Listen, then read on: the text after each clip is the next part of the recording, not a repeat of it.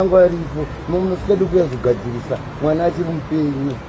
mauda kuti tigadzirisane mwana mauraya ndana kauraya muwe akauraya muwe ndio trabukoza mwana kadzokera kumwe trabukoza ndio yey chovhera yey mwana akabvire maoko mako mwana musikanzwa kutsura ndibaba akatizira kumatero kunana chovhera ndati paakatiza wakatitera mwana wako ndemutera ndembatira kunani manje mhosva yangu ndei mhosva yangu ndei aiwa uyu nditirabhukuza momzi uyu da akati baba misi uye kunuku wechigadzirise mwana wedu sha tikazonyara mangwana manzwa tete atizonyara mangwana sha una mwana ndiwakarera ari kuita sei mwana wadzoka kuSouth Africa ndiwe mukadzi uyu ari kuita sei mwana ari kutokunetsa angakunetse nhasi aiwa ngeti ndikumufonera ngawe pana kuzaifonerana inini andadzimirwa foni x project ndiwangu ane linki mukunzwa nditsabhukozo kuchatisa mwana kumupfekedza ringi tozotaura kwakachatwa kukugona weishemai enda usingajaire zvinhu aiwa ndinonetsa kujaira kani kana kuti zvidzime mupfungwa mangu misi akapfira murodhi yekumba kwangu tichapedza makore mangani tichipaona iye anenge asingapaoni panenge pachionekwa nini every day upenyu hwangu hwese ndichipaona pakafira mwana wangu andakarira ndega mai vasipo tikani mamuri kupi kodinatete tichida makanditsvaga ndamakakumbira kuti inani kutsvaga mukwasha uyu mwana uyo ndakangomusiyira musiyo yake handazodzoka kuti ndinyatsotaura noti zvakazofamba sei usina kumbounzawo kana senti zvii zvakazoiti ndinofanira kuunza mari kwaadongo mozoida nhasi afa ndoita pawo kuritsvaga sei ndoida pane mwana ngandizeti panani ataira ndinofanira tobvunza mari pana taira kune mubaba wataira ndini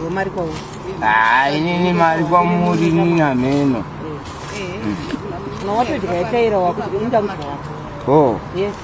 yataira kuti ndichaidya handizike ina ndirori kumba kwedu hakubhadharwe munhu kumba kwedu hakutengeswe vanhu topuwa vakadzi mahari saka misi kana danga achirorwa nasikadye kana senti kana misi danga achinzi ari kurorwa nhasi nasikadye kana sendi rake ndakatoudza mukwasa kuti ndinansida kana mari yako panoda toitira madana kutienda kuinjiniyaring unoitira mai vacho madana inini kwedu hakuna iyoyo ndosekwa nemudzimai kwamuri kana uchida madana ende unoitira mai vacho vakatombonyora grosari kamai avo vakambokudza vakanyora grosari titese totidedza kudomboshava nemukadzi wangu kuyazotinyoresa grosari renhema kuyazotinyoresa grosari renhema vachizaza vari kuita nemwana wavo ndikurwadziwa paisi seni ndiri kunyatsorwadziwa ndakabvinja beauty yangu ba handamboienjoya yabvaturwa nemai vacho kuti misuse sa kana mbotya ini anokura achitamba nhamo kauya ndii ndakatokura ndichitamba nhamo muri ndakona ndazofikisa mai acho ndatazoona dhabuda iyo nhasi mauda kuti chovhera tirife mauda kutoriita nendima rakangodonha mudenga rikauya mudumbu make akaribereka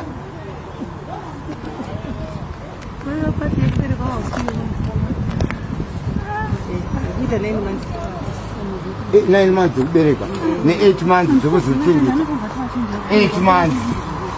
8 months amai wemunhu vanochengeta mwana wavo 8 months kana 8 months ambuya dongo dangu varipo ndovaindidaira ndoendesa mukaka everyday havasisipo ambuya dongo ndisaka vanhu vari kuwana dzekuwanda napo apa tambuya dongo varipo vaitaura chokwadi nondakatomboti mbuya ndine mari kuenda kuudza asi iwe ukuunza sei mwana achikudai ukuunza sei mwana wangu achikutiza nasima kunzi hanzi marira kunochemera kwaifidzi noti hauna kuroora asikatori nomwana womusikana aitizira kumarondera kuna amai yolanda aichakapuputirwa nababake otizira kumarondera ndikwa inochoverwa naamai vacho kumarondera Waalaikum salam. ini ndikada kutaura peve munhu aibvati ndakatomboteera kwaamai vacho kumarondera nezisuwaka arikuda munhu ndikuona zvimwe chete Alright, taurai namai duwa. Hello, Magadi. Waalaikum salam. wana kagara pamato pambuya dongo ndindakapita mbuya dongo toende kuchipatara ndini munhu wokutanga kunotorwa kumba kuti gogo yaumwe nezaita gogo nemusikana webasa ndini nyakutora mbuya varidzi pamba paipai kuendesa kuchipatara inini shungu rekuti mbuya mwana wangu achizita sei amendipete zvangu ambuya mundovaendesa mwana maimisi vangu vari kupipapo nasa kumisa mbipikini kudai chiningidzoita sei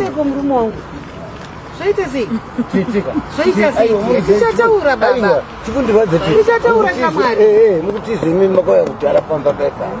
mukatadzonditsvaga sei makauya kudhara handina kuya kudhara ndakauya musi pamwana mangwana mbanda kuma ndichidzokera ndanzwa zvemadna test akawanda wanda tsvaga ndisati madzokera mukunyepa nekuti nyepera handibvumi izvo tete izvo zvanzibvuma ndokuziva chibvisa ende ndodzibvisa tete handina ganda ndakafa kudhara panza tete demakauya pepai makatsvaga nemakira ndakamuita mwana ndadzisa ndikokurova amburosi hatina kukurova anje amburosi ii ndinokuripfa dzibvise ende uone zvandokuita amburosi ndeyandafika ndizvozvo ainyarara achikutarisa uchipenda vaitwa sei baba wakatofani godo naye baba saka zvaita tiko yazvadziya kuyave negodo kaundi yangu ndakazvara mwana une chiko naatsikana chiko chandaita nacho mwana ichi naivedu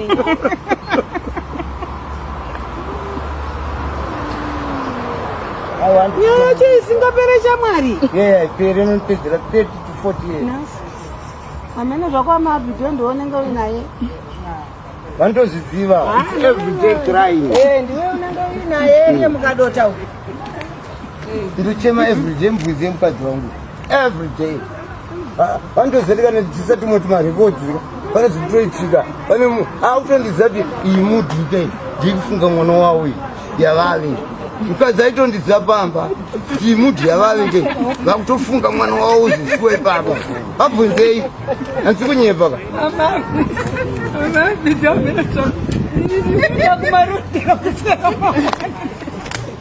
ndiri kutoenda kumba kuswera mangwana ameneyo ndionai mukadota uyu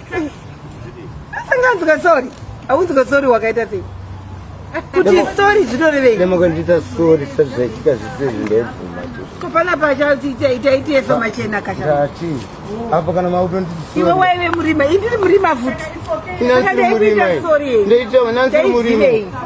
ini nansiri murima ndaiti kutsvaga njikushayai ndikuwanirei kupa ndafoni namba yekubvunza negeti anonitoa twakadai nhasi ndiri twakuda kutaurisa pamba asi paifa gogo twani twakadai ndati ini andiri kumurima wangu anodida ndaikutsvagirei hamuna mvura amene imairambani ndozvaari ambizaende ndomuziva